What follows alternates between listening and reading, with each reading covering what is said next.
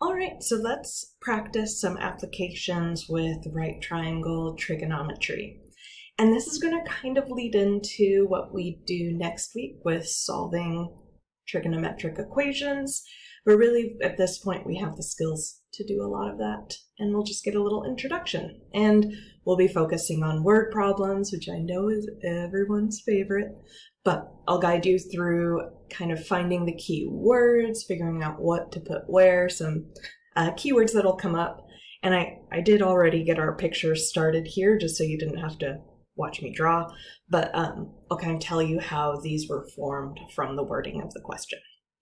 All right, so this first question, we have a 20-foot long ladder, and it's leaning against a wall of a building. So that's what I drew here. Here's the wall of the building, here's the ground, and we have a ladder that's leaning between the ground and that wall of the building. And what we're told is that's 20 feet long. So I'm going to go ahead, all right, 20 feet. Now in this section, we're working with right triangles. So typically with these word problems, there'll be some right triangle coming up. And what we can see is there's this right angle right there.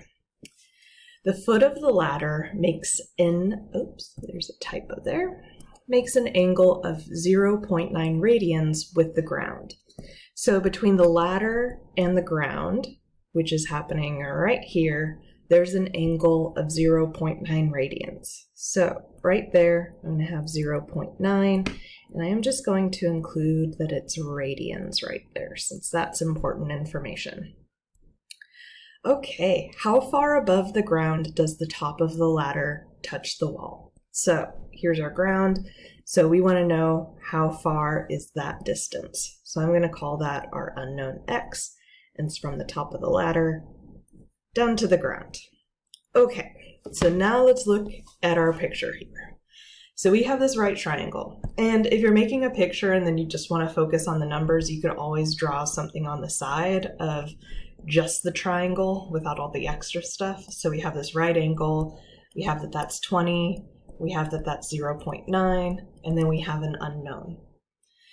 So we're given this angle measurement, and it is a little strange to be given it in radians, but something I want to emphasize here is with word problems, they'll typically give you degree measurements because that's typically what's used in the real world. But we just want to pay attention to if we have radians or degrees, because then we would need to switch the mode of our calculator. So we have our angle measurement here. Now, if we think of standing from that viewpoint and in terms of from there, where's our opposite, adjacent, hypotenuse? Then we would have opposite, adjacent, and hypotenuse. Adjacent, we're not interested in that piece at all. We don't really care how far from the base of the wall, the base of the ladder is. What we're just interested in is the height up the wall, so all we want is that x value. So really we can ignore adjacent in this scenario. So what we're going to do is focus on opposite and hypotenuse. So if we think of our SOHCAHTOA and thinking about which function would work best for us, sine, cosine, or tangent, well, opposite and hypotenuse is going to work with sine. So with this, I'm going to set up a formula, sine of our angle measurement equals opposite over hypotenuse. Our angle measurement is 0.9, and I need to remember that that's in radians. So when I get to my calculator, I'll need to make sure that I'm in radian mode. That's such a common mistake in these sections with solving. Often if the answer is not working out, double check the mode of the calculator because that can change things. Okay, opposite is x, hypotenuse is 20. So I want to solve for x here, so what I'm going to do is multiply both sides by 20 to cancel out that denominator. So x is going to be equal to 20 times sine of 0.9. And then what we'll do is go ahead to our calculator. So Desmos calculator. So it's right here that you can see the mode. So right now it's in degree mode. So if I just click there, now it's in radian mode. I'm just going to type in 20 sine of 0.9. And that's a 15 point, let's go to 2 decimal places, 0.67. So 15.67. Now, with word problems, we want a nice sentence answer. So how far above the ground does the top of the ladder touch the wall? The top of the ladder touches at 15.67 feet above the ground on the wall. Ooh, that got messy, but that works. And since we rounded, you could put in that it's about 15.67 feet, just for good measure, to say it's not exact. And that's our first one there. Okay, let's look at this next one. We have an aerial photographer who photographs farm properties for a real estate company, has determined from experience that the best photo is taken at a height of approximately 475 feet and a distance on land of 850 feet from the farmhouse. What is the angle of depression to the farmhouse? So we have this aerial photographer is taking pictures, and what's happening here is that they're a certain height from the ground, that they're also a certain distance away from the farmhouse. So they're not exactly right over the farmhouse, just shooting down. You'd want a nice angle to see the property and the side of the house, and all of that good stuff. So let's put the pieces together here. So we have some information. Let's see, height of approximately 475 feet. So that right there is describing the height from the ground. So straight from the plane down to the ground is 475 feet. And then distance on land of 850 feet from the farmhouse. So that right there is describing this length. So from where there's kind of a perpendicular with the ground, and then that's 850 feet. So we're getting a nice right angle there. Now the idea is that then there's this angle from where they're taking a picture to the farmhouse. So that's going to complete our picture here, that a right angle, just about right there. So we have these two side lengths, and then the question asks, what is the angle of depression? Sorry, I meant to highlight that. Angle of depression to the farmhouse. So angle of depression. If we're in this plane, it's like the line of sight is going straight out this way. But what's happening is the camera is looking downward. So this kind of direction of looking downward is the depression. It's an angle of depression looking down. So what we want to find is, if our line of sight is here, how far are we pointing down to get the correct angle here? So the angle that we want to find is actually right here. What you'll notice is that that's outside of our triangle that we're looking at here with the 475 and 850. What we'll be able to do is solve for this angle here. And then what we can use is the fact that that all together makes 90 degrees. So this angle and this angle together, let me call that something other than theta. Let's call that x.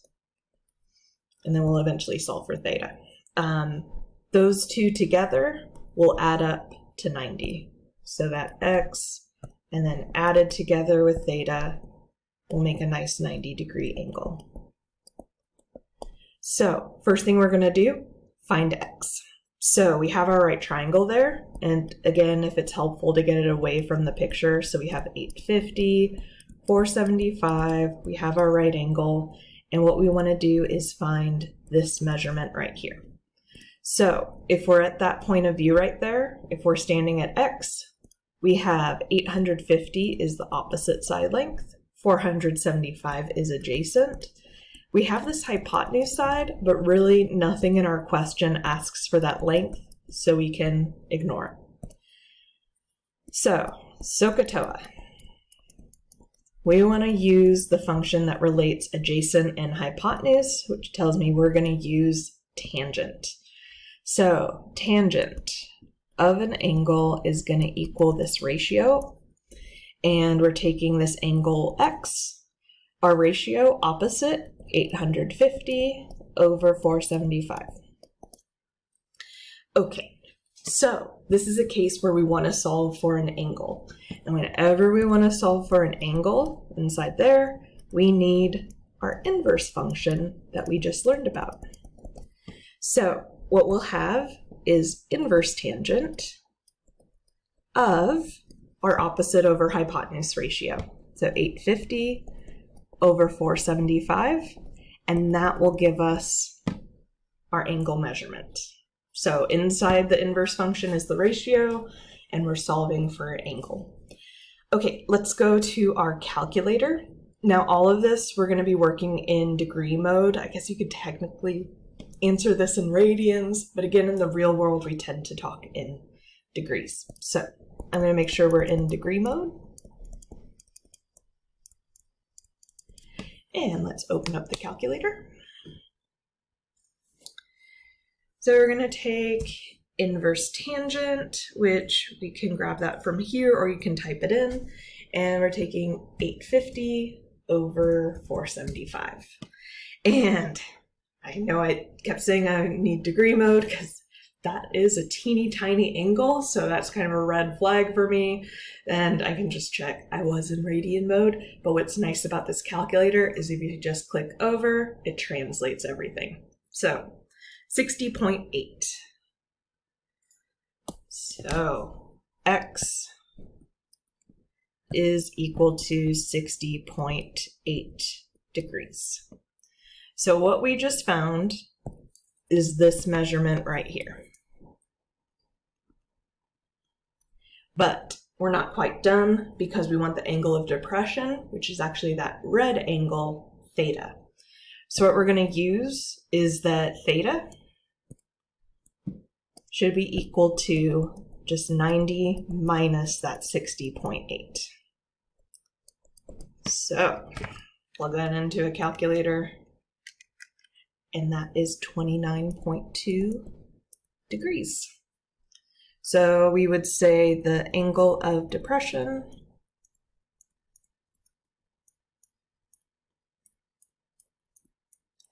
is 29.2 degrees.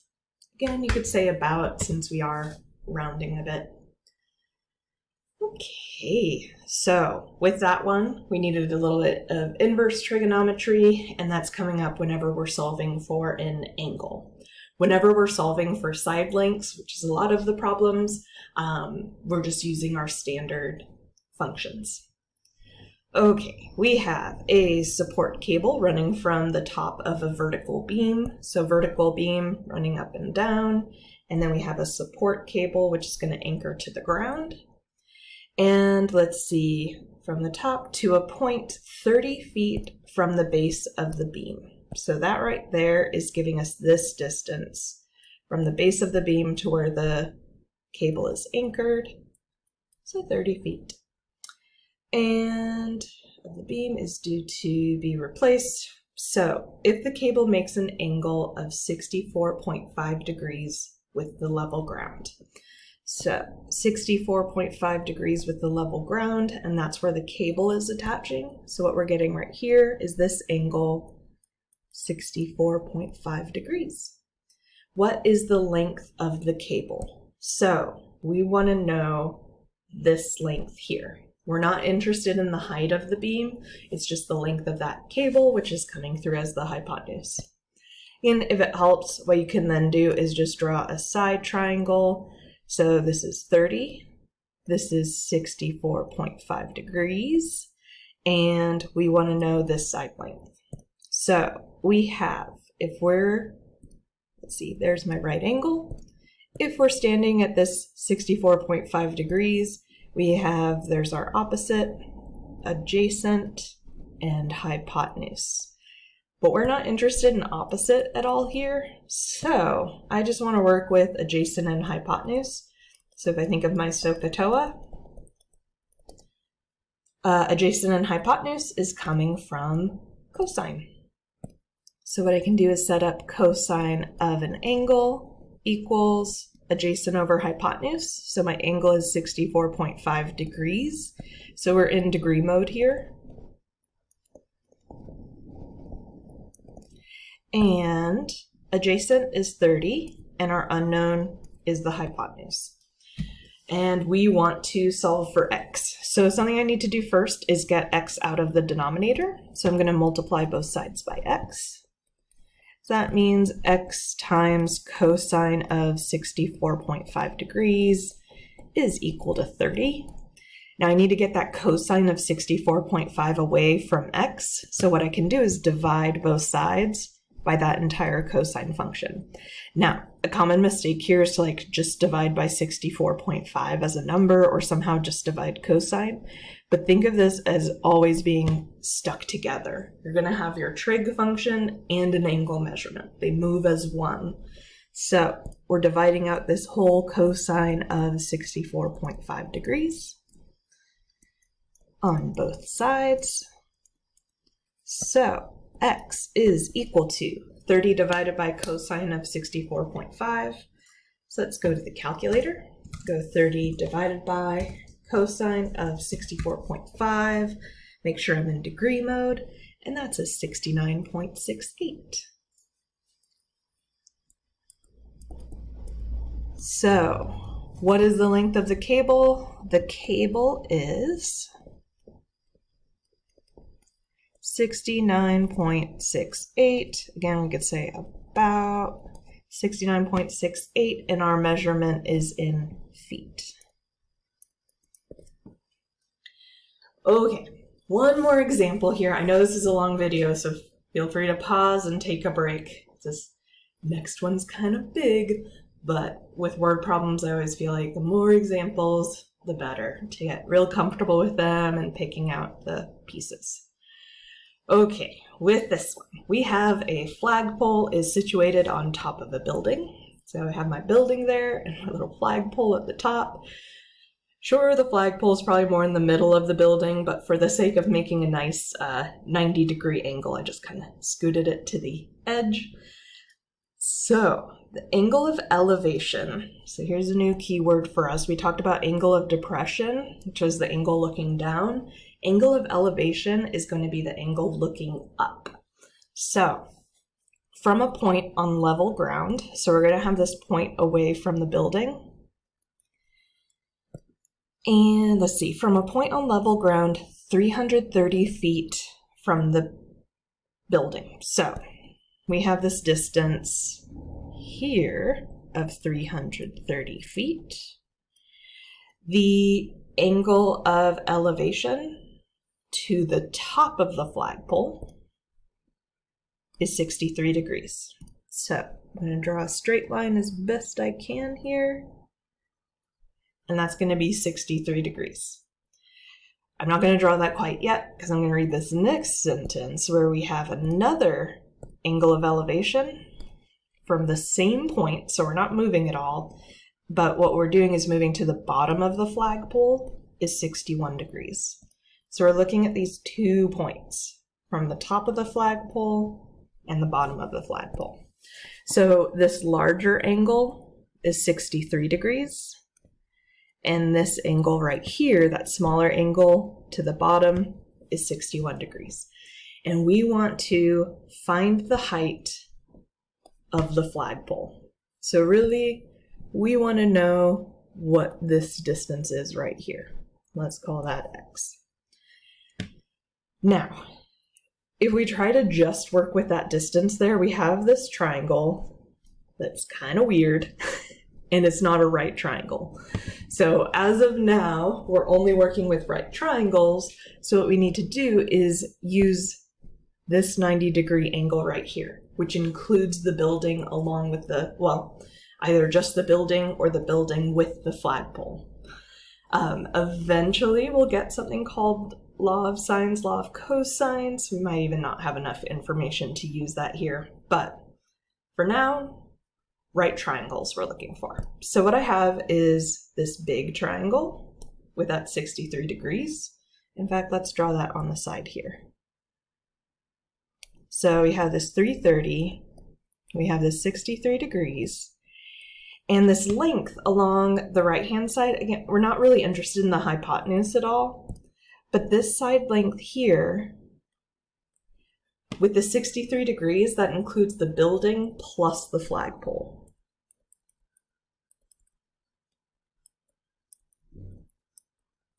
Now my other right triangle is smaller, coming through right here.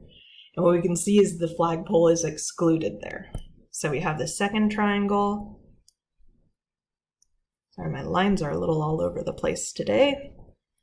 So using that 61 degrees, and we have our 90 degrees, and then that left-hand side is just the building, no flagpole. So what we should be able to do is take the difference of these two.